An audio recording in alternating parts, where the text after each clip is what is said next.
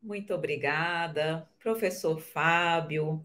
Agradeço em seu nome a todos que trabalham, que atuam no Centro Espírita Lar Maria Cecília. Para mim é uma grande honra poder estar aqui com vocês pela primeira vez, junto a esta casa, refletindo um pouquinho sobre a doutrina espírita e levando um pouquinho desse conhecimento que ilumina as nossas consciências, consola os nossos corações e, com certeza, nos ajuda a viver melhor neste tempo de transição, tempo de pandemia, tempo de aprendermos verdadeiramente a vivenciar o amor. E nós vamos refletir sobre livre-arbítrio e responsabilidade. E como é relevante nós refletirmos sobre este tema, principalmente na época em que vivemos, onde estamos sendo chamados, conclamados pelo Pai para utilizarmos o nosso livre-arbítrio da melhor maneira, utilizando o nosso livre-arbítrio para amparar, para auxiliar, para levar o consolo a tantos que choram, para enxugar as lágrimas daqueles que eventualmente passam por dificuldades, que veem um familiar querido retornar à pátria espiritual, a tantos que necessitam. E como nós temos utilizado o nosso livre-arbítrio? Vamos refletir sobre isso? Quais as atitudes, quais as escolhas que eu tenho tido em minha vida? A doutrina espírita, de forma tão lúcida e clara, ela nos mostra e vem nos mostrar que o livre-arbítrio está intimamente relacionado com a responsabilidade. Quanto mais nós agimos com consciência, com entendimento, mais responsabilidade nós teremos em função daquilo que fizermos. Quando estamos estudando sobre livre-arbítrio e responsabilidade, estamos estudando especialmente uma das leis morais, que é exatamente a lei de liberdade. Nós sabemos que a lei natural, a lei divina, foi didaticamente dividida em 10 leis morais. E a lei de liberdade é uma delas. E para que nós possamos bem compreender o livre-arbítrio, precisamos entender o que envolve, o que é verdadeiramente a lei de liberdade. Porque é pela compreensão equivocada da lei de liberdade que muitas vezes utilizamos de forma equivocada o nosso livre-arbítrio. Então, essa lei divina, essa lei natural, nos diz que, na verdade, todos nós fomos criados para sermos livres. Por isso que a criatura ela tem intimamente a necessidade de se libertar, a necessidade de ser livre. Só que a doutrina espírita, de forma muito lúcida, ela nos mostra que essa libertação ela é gradual.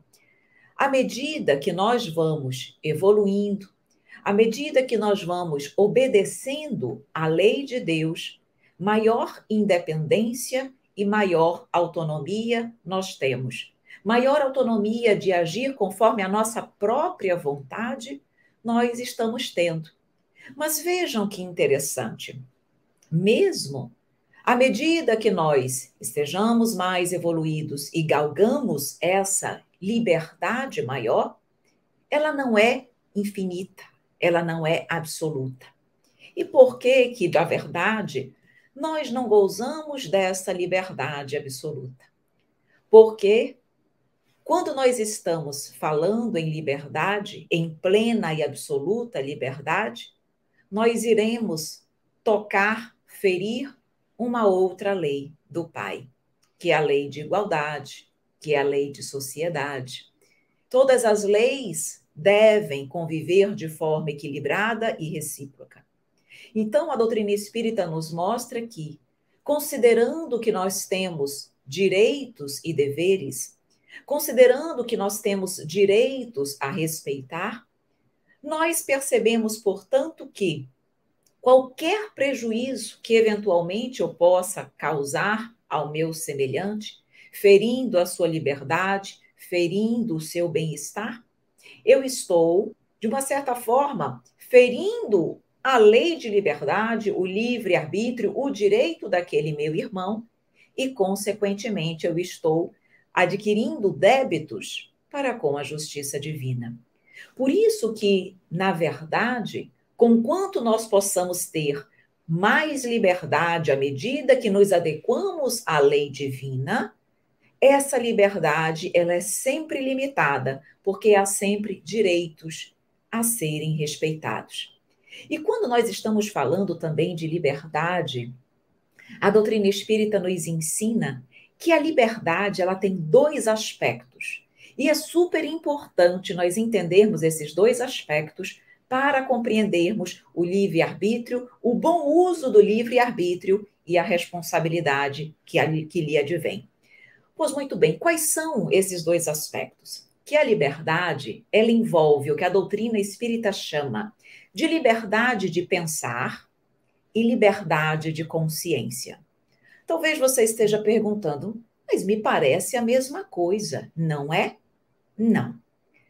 A liberdade de pensar, e essa é a única liberdade plena que nós temos, é a do pensamento.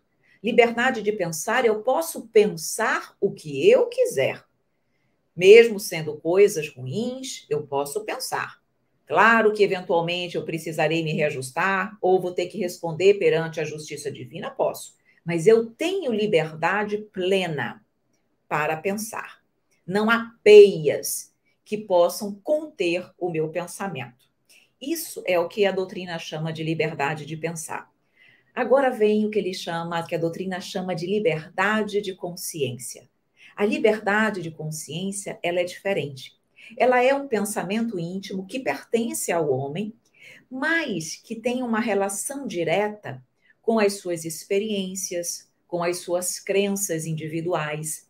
E à medida que o espírito evolui, a sua consciência se aprimora, a sua consciência se torna mais clara, e com isso ela começa a colocar peias, controle, rédeas ao nosso pensamento.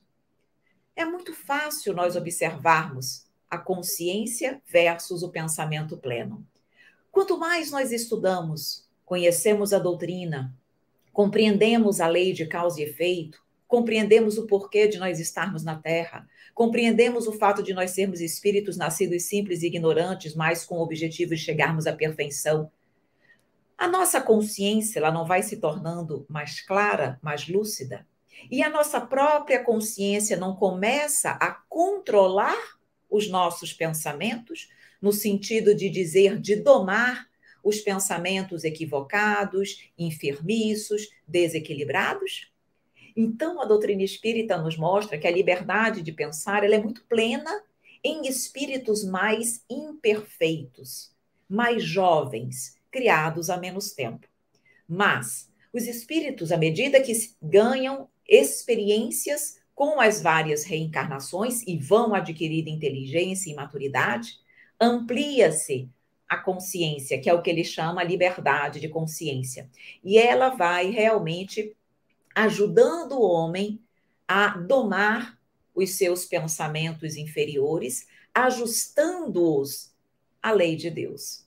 Não é maravilhoso isso, nós percebermos? E, de fato, e por que nós estamos falando de liberdade de pensamento e liberdade de consciência? Porque nós não estamos falando de livre-arbítrio e responsabilidade? Ora, olhem o link. Quanto menos eu sei, menos responsabilidade eu tenho pelos atos equivocados que eu cometo. Porque se eu tinha menos entendimento, como poderia Deus exigir de mim um comportamento sublime? Uma criança que tem pouco entendimento, quando ela comete algum equívoco, eu posso responsabilizá-la da mesma forma que um adulto? Se ela não tem o entendimento acerca daquele fato, do certo e do errado? Claro que não. Que é o caso. Os espíritos mais imperfeitos ou criados há menos tempo têm muita liberdade de pensar. É plena. mas a liberdade de consciência deles ainda é pequena, porque tem pouca evolução.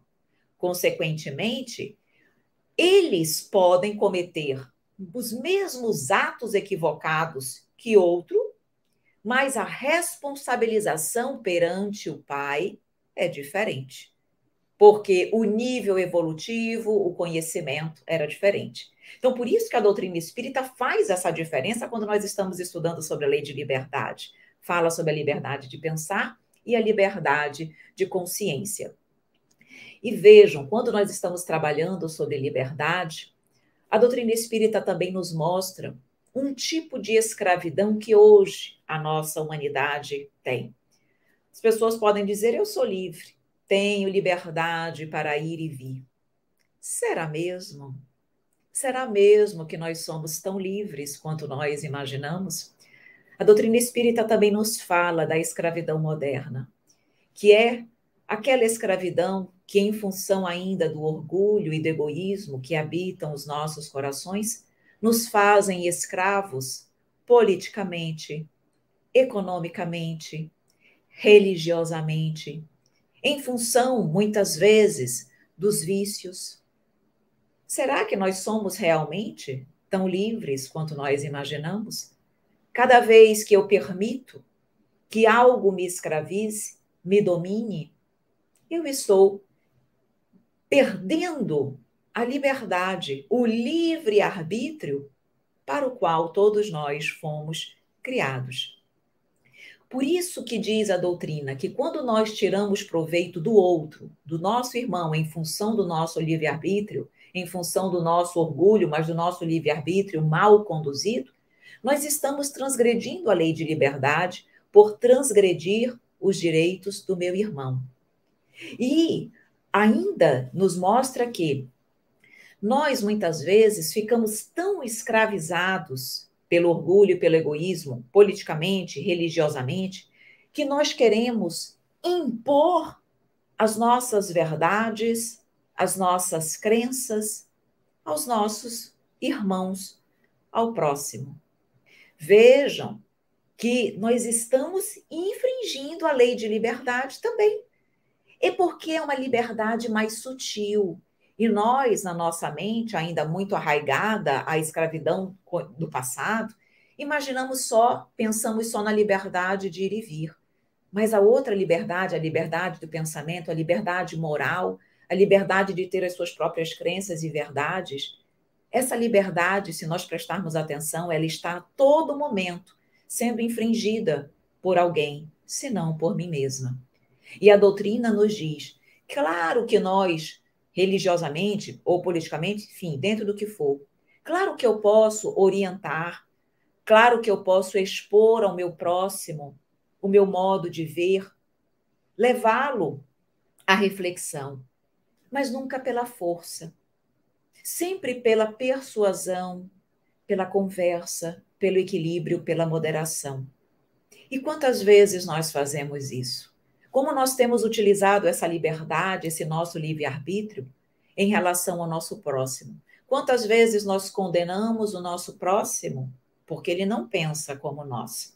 Quantas vezes nós infringimos a liberdade dele, o direito dele de pensar e de agir, porque ele tem uma religião diferente da minha, ou porque ele tem uma opinião política diferente da minha? E tudo isso nós estamos infringindo a liberdade, o livre arbítrio do outro. E é por isso que uma das maiores dificuldades e desafios da humanidade no hoje é exatamente respeitar a liberdade, o livre arbítrio do outro. Porque isso envolve conviver com as diferenças e conviver bem com as diferenças de todos os tipos. É o nosso desafio, porque o nosso orgulho ainda faz com que nós acreditemos que o meu modo de ser e de pensar e de agir é o melhor, e que a minha verdade é melhor que a do outro. Na verdade, a minha verdade é a única verdade, a do outro não. Quando nós aprendemos que todos nós temos o mesmo destino, a perfeição e a felicidade, mas até chegar lá, Quantos chegam mais rapidamente, numa caminhada reta, sem equívocos, outros vão tortuosos, mas vão chegar lá. Talvez a vivência de cada um, as experiências de cada um, a diversidade de cada um, seja o que eles precisam para chegarem ao destino.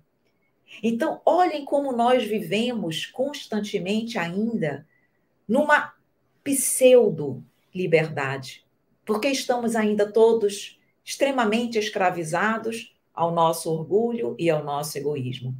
Por isso que vem a doutrina espírita e nos diz: se nós temos liberdade para pensar, se nós já temos a liberdade de consciência, que nos chama para o certo e o errado, nós temos a liberdade de agir conforme pensamos e conforme achamos que é o certo.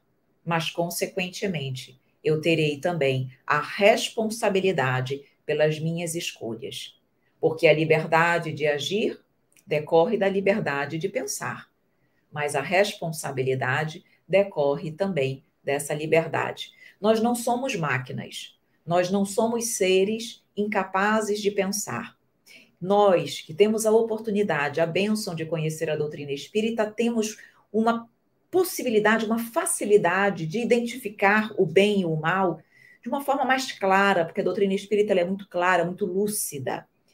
Então, é claro que, se nós, diante de tudo que nós temos, de todo o conhecimento, da nossa consciência hoje, que já nos fala, que já coloca peias à nossa liberdade plena, que muitas vezes faria muitas besteiras, nós temos exatamente que compreender que todo esse conhecimento precisa ser utilizado para boas escolhas. Nós hoje, todos nós que estamos aqui ouvindo falar de Jesus, ouvindo falar da lei de liberdade, já precisamos refletir, não deixar a liberdade de pensar solta e restrita, mas lembrar da liberdade de consciência. Porque onde está mesmo a lei de Deus? Gravada em nossa consciência. E é ali, a lei de Deus, que vai tolhindo as nossas tendências inferiores, tolhindo a vontade que nós temos muitas vezes de agir diferente da lei de Deus. E é exatamente por isso que Deus sabe que essa liberdade de consciência ela é gradual, que ele permite que o nosso livre-arbítrio também seja gradual. Imaginem se nós, no início das nossas experiências reencarnatórias no reino nominal, ainda com poucas vivências e pouca intelectualidade, praticamente nenhuma moralidade, o que nós faríamos se nós tivéssemos o livre-arbítrio pleno? Com certeza, nós iríamos nos prejudicar, nos ferir, nos maltratar de uma forma exacerbada. Então, Deus sabe o que faz. É por isso que o livre-arbítrio é gradual, exatamente para que eu, à medida que eu adquiro conhecimento, eu também tenho condições de direcionar adequadamente o meu livre-arbítrio para o bem. Agora, conquanto nós estejamos falando que esse livre-arbítrio ele é gradual, não significa dizer que ele nunca existe. Nos momentos e nas fases iniciais da nossa existência, ele é 100% tolhido. Não. Sempre há livre-arbítrio. Quando nós estamos no início das nossas experiências reencarnatórias, no reino hominal, ou quando nós estamos já na condição de espíritos superiores. Nós sempre teremos livre-arbítrio. Sempre.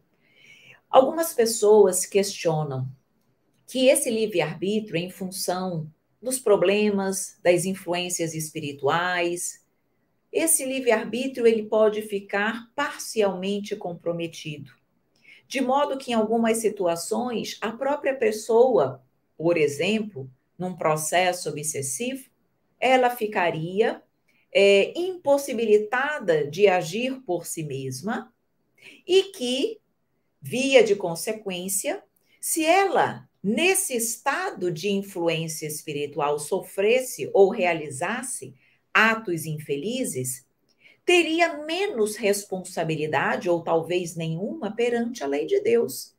Porque se o meu livre-arbítrio ficou tolhido, consequentemente, a minha responsabilidade diante daquele ato também é menor.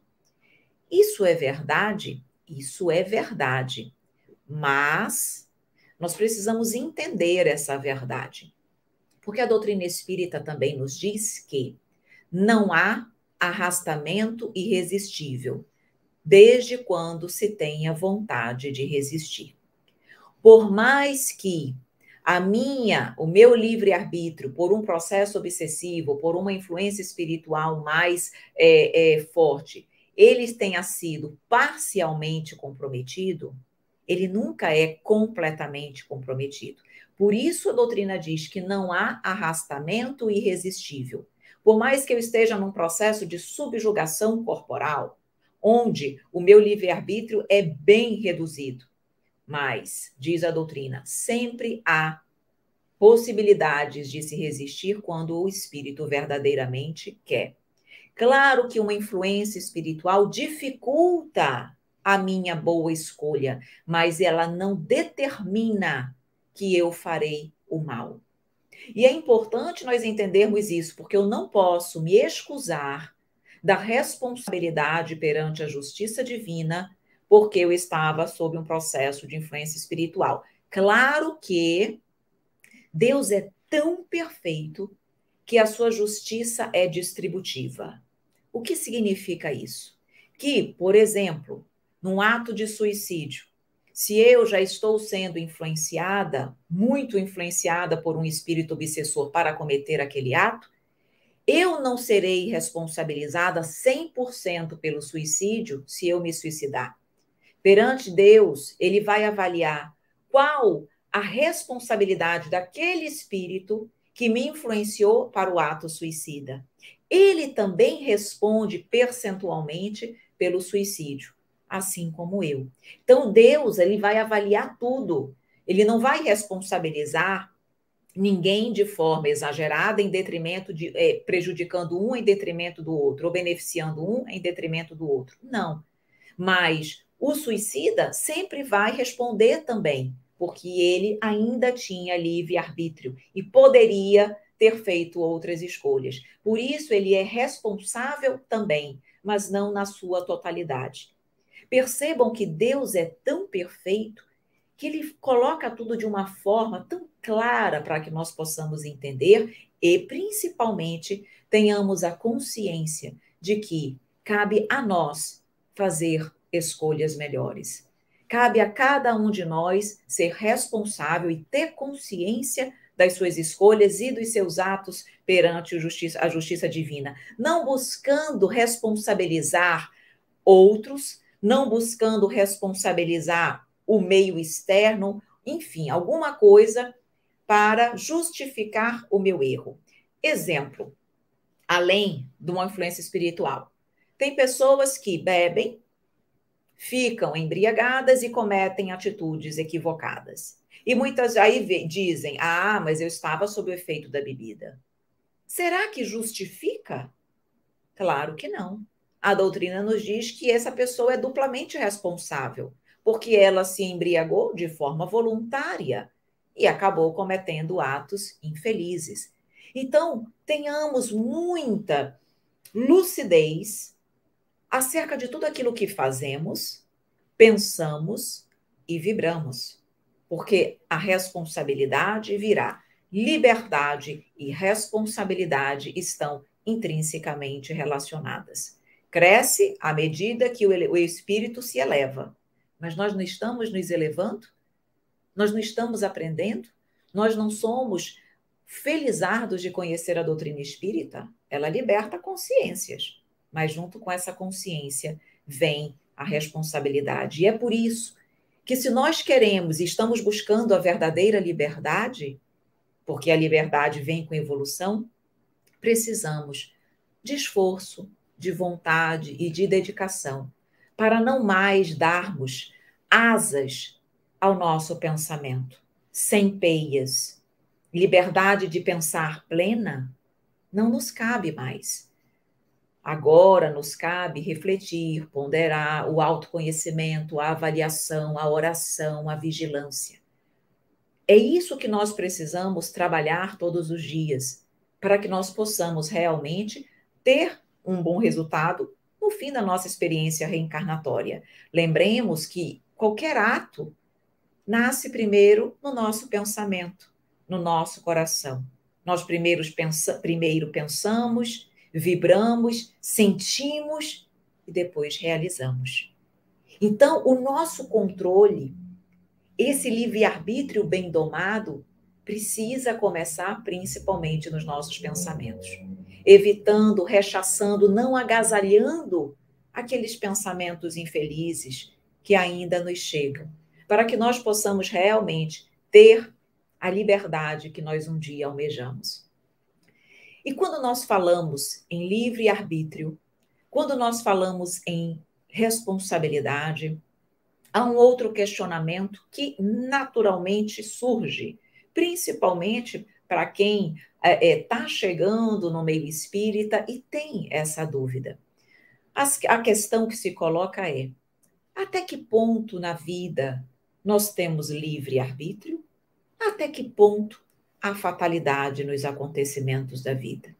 Até que ponto a questão que se coloca é: se nós temos o planejamento reencarnatório, se nós já viemos com situações da nossa vida determinadas, onde estará o meu livre-arbítrio? Aquilo é uma fatalidade para mim.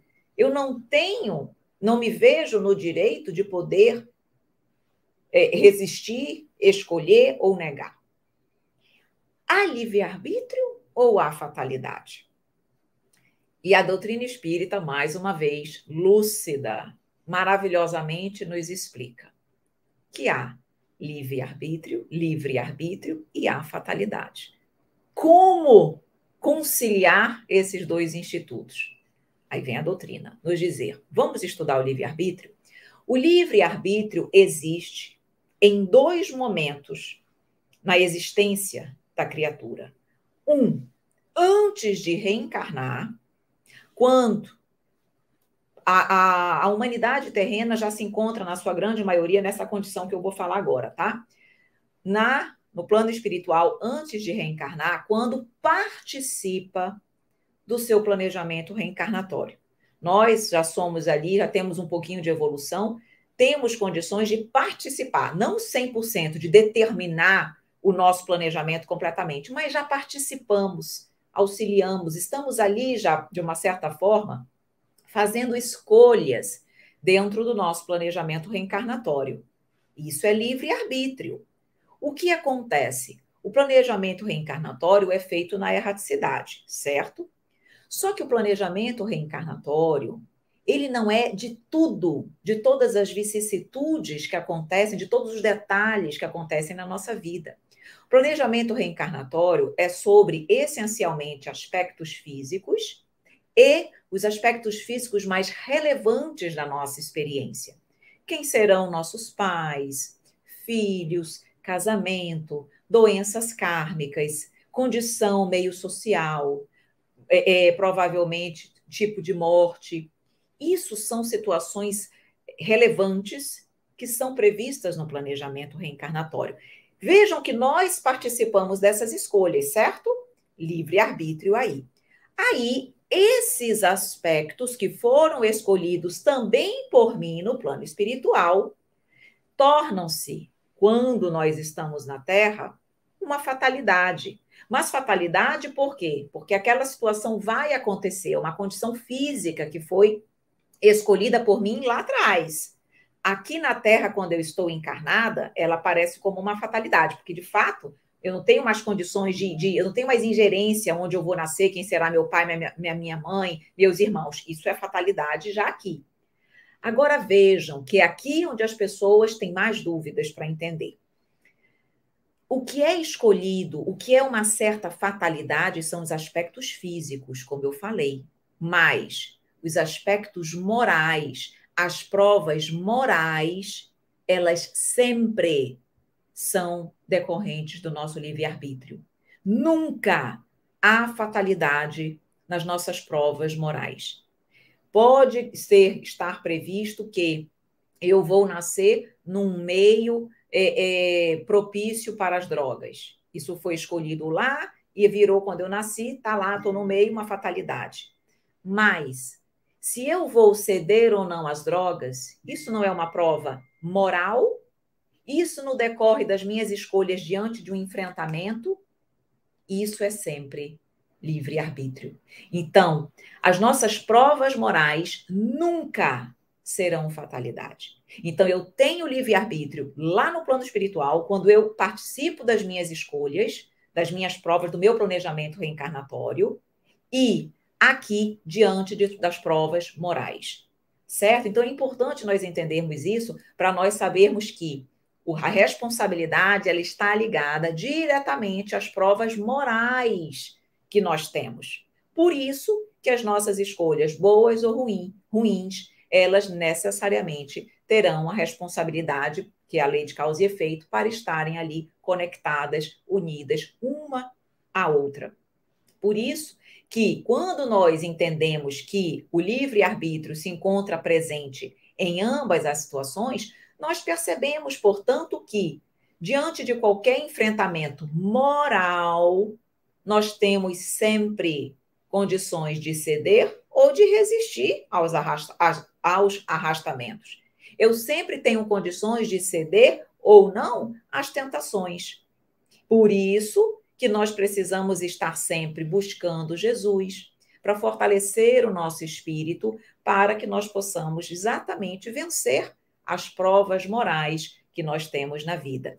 E isso é tão importante porque talvez você também esteja pensando, mas se houve o planejamento reencarnatório em relação àquilo que foi escolhido se torna uma certa fatalidade, então as minhas escolhas morais, mesmo as escolhas boas, não vão me ilidir de passar por aquilo que eu preciso passar ou que foi escolhido no planejamento reencarnatório. Certo? Errado. Porque vem também a doutrina espírita e nos diz: o planejamento, o nome já diz, é um plano, planejamento, não é um determinismo. O que eu quero dizer com isso? Vamos supor que eu, ou em função das minhas experiências pregressas, precisasse ser acometida de uma doença kármica. Lembram que eu falei que doença kármica é uma das coisas que consta no planejamento reencarnatório?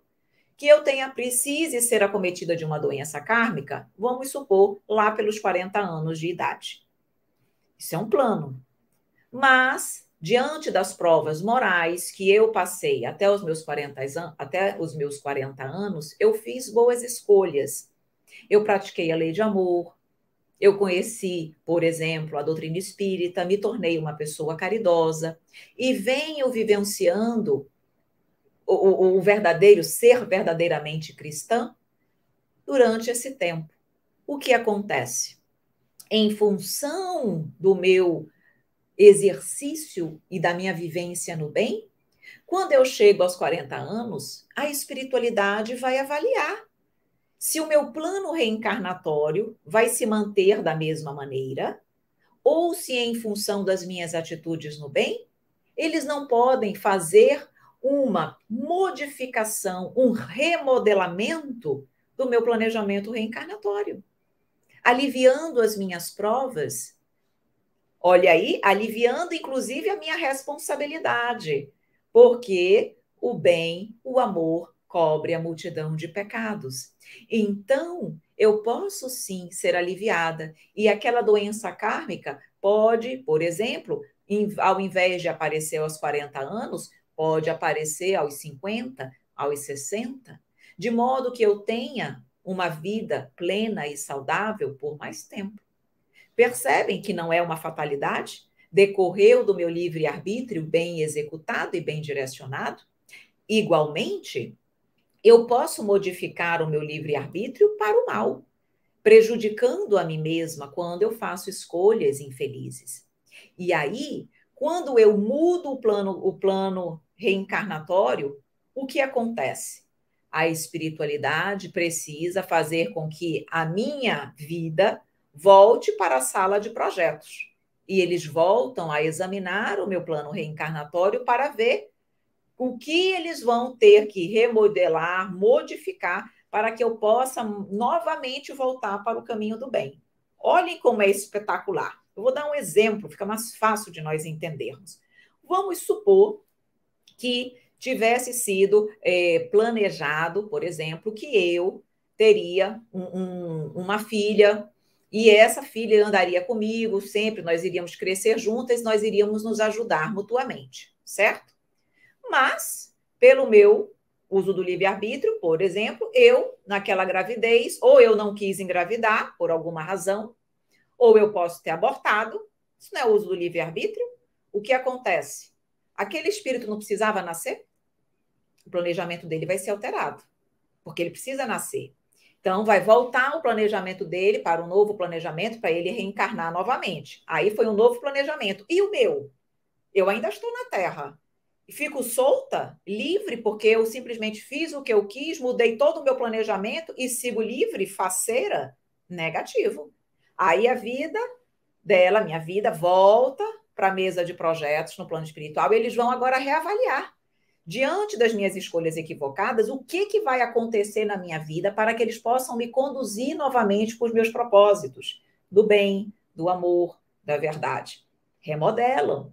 Percebam então que o planejamento é um plano, mas que ele pode ser alterado positivamente para melhor ou não, a depender das nossas escolhas, do nosso livre-arbítrio, a depender das nossas escolhas diante das provas morais. Então, nunca há fatalidade, por isso nós somos responsabilizados.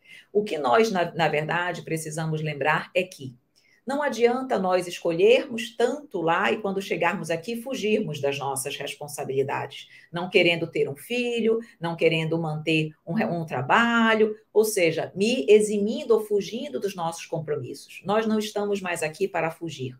Nós já viramos as costas muito tempo para Jesus. Agora é hora de nós caminharmos com Ele, segurarmos em Suas mãos e verdadeiramente buscarmos a renovação da nossa alma. Somos responsáveis pelos nossos atos, mas vamos fazer, vamos promover atitudes positivas, atitudes construtivas, para que nós possamos ser responsabilizados com coisas boas, com graças, com alegrias, com verdades. Aqui, todos nós, quando estamos estudando sobre livre-arbítrio e responsabilidade, não temos, é impossível falar desse tema e não tocar na lei de causa e efeito. Porque livre-arbítrio e responsabilidade é lei de causa e efeito.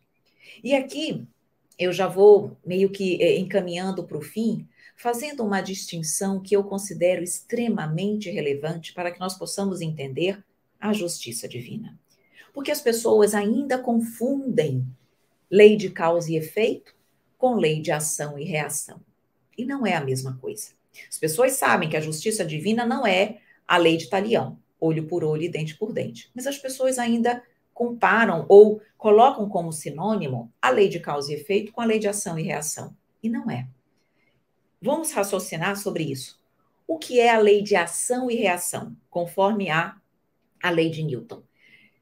A toda ação de uma certa intensidade, de uma certa intensidade, de um certo valor, eu recebo, na forma contrária, algo, né, ação e reação, uma reação de mesma intensidade, de mesmo resultado, certo?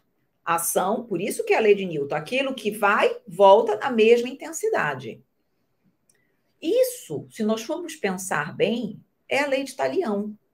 Porque a lei de Talião é o que eu faço, exatamente o que eu faço, eu recebo. Na mesma proporção, na mesma intensidade. A lei de ação e reação é isso. O que eu faço, na mesma intensidade, na mesma força, eu recebo de retorno. Só que a lei de causa e efeito, ela não é assim. Olhem como Deus é misericordioso. Vamos supor que eu faça o mal, certo? Pela lei de causa e efeito, eu vou precisar colher o mal. Concordam? Sim.